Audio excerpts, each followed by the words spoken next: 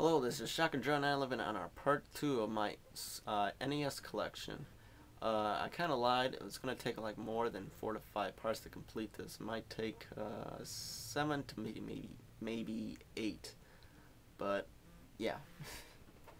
But my next game is Contra. Now this game does kick a lot of ass, but it is not one of my favorite Contra games. The reason why it's not one of my favorite Contra games is that it's not that because it's hard or anything. It's that I didn't like the whole weapons that you get to choose, like the fire, and there's the laser one, which I thought was really lame. Some of the bosses too were like, they could have done a little bit better. But the game, it does kick a lot of ass. I liked also the fact in the game that you can shoot if any pattern that you wanted to, just to kill the enemy.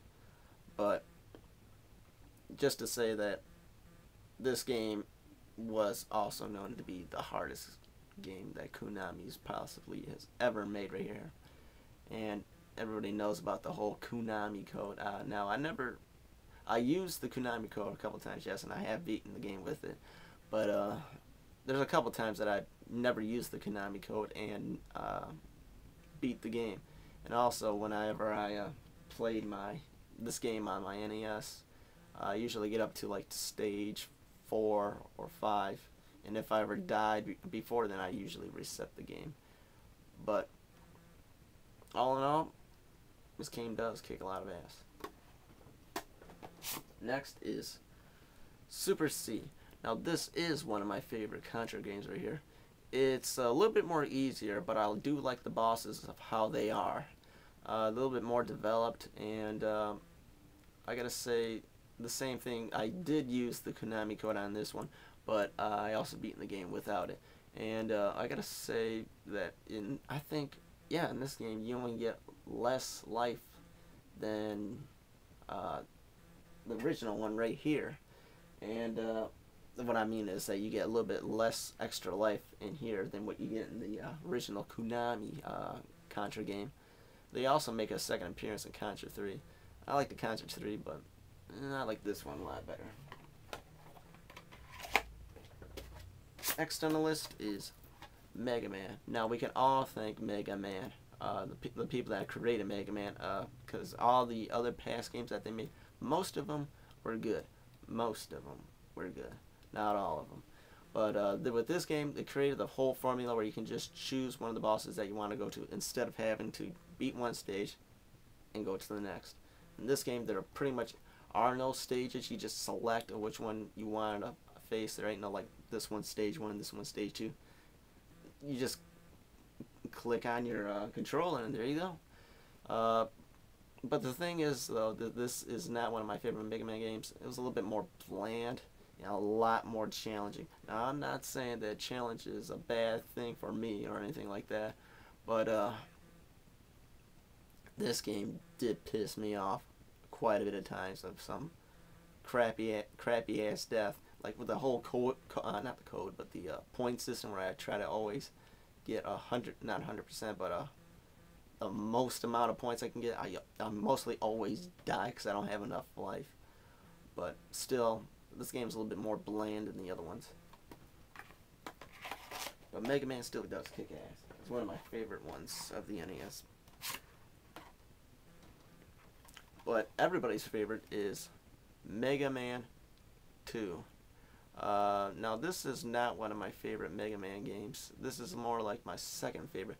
But the music in this game does kick ass out of all of them. That I gotta say. I cannot deny that one.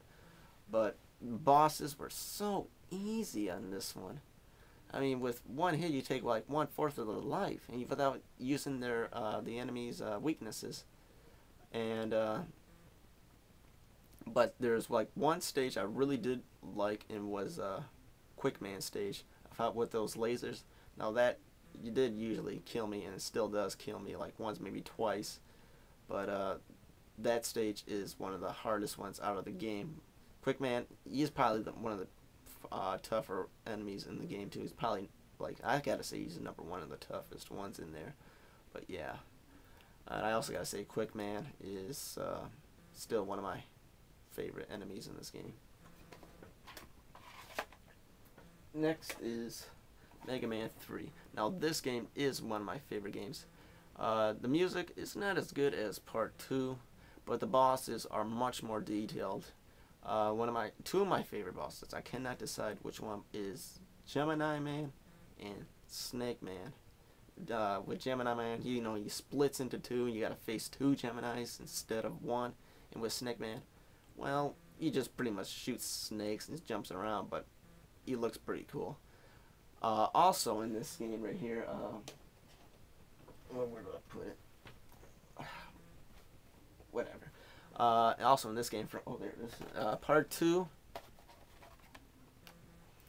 You also have to face Part 2's enemies in this game. It's not them again, but it's a machine that's controlling or taking their powers. I think his name is Copy Man. I'm not sure. I think it is Copy Man. It has to end with a man. Copy Man. I think that'd be the best name for him. But anyway, you have to face all of them again. And this game I think is the longest Mega Man game that out of all of them. And it is one of my #1 favorite Mega Man games out there. And next is Mega Man 4. Now this, I believe that they started going downhill when they made this one. It's pretty much the same thing, 8 Robot Masters again, but this time there's someone else that's doing the whole taking over the world. This some scientist guy, I can't think of his name, but the whole story is that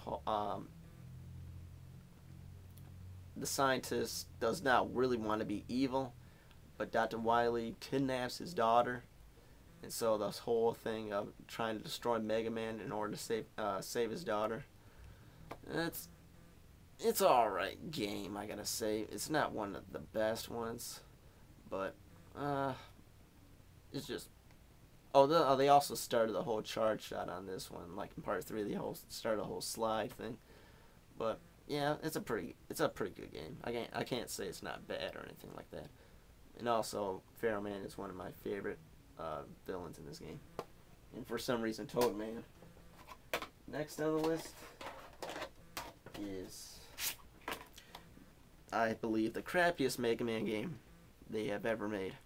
And no, I'm not talking about Part 5. I enjoy Part 5. Mega Man 6. Now, the reason why I hate this game is because of the dullness of the story. Like Mr. X, or Dr. X. No, it's Mr. X. You know that's Wily. He even has the same hair as Wily. Why would they even say that's Mr. X when you can obviously tell that's Dr. Wily doing this whole thing again? The other problem I got with is the whole 8 Robot Masters thing. No, I got no problem with that. It's the how they were made, not how they were made, but how they were designed. Like Plant Man. Really? Nothing else? Okay, whatever. But like with Plant Man, his power is just like Starman. It's like a complete copy. It's just different with a different look. The only ones that I do like, though, the 8 Robot Masters, was Nightman and Windman. And that's all I pretty much got to say about this game. If you wanted to get the whole collection, yeah, get this game. But if you just want to play like a Mega Man game, this ain't the one that you want to play. I would suggest probably 2, maybe 3. Or play the first one. That's it right now. This is shockerdrone. I'll be reviewing more games some other time in the future. Well, that's it. Take care of yourself and subscribe to me, please.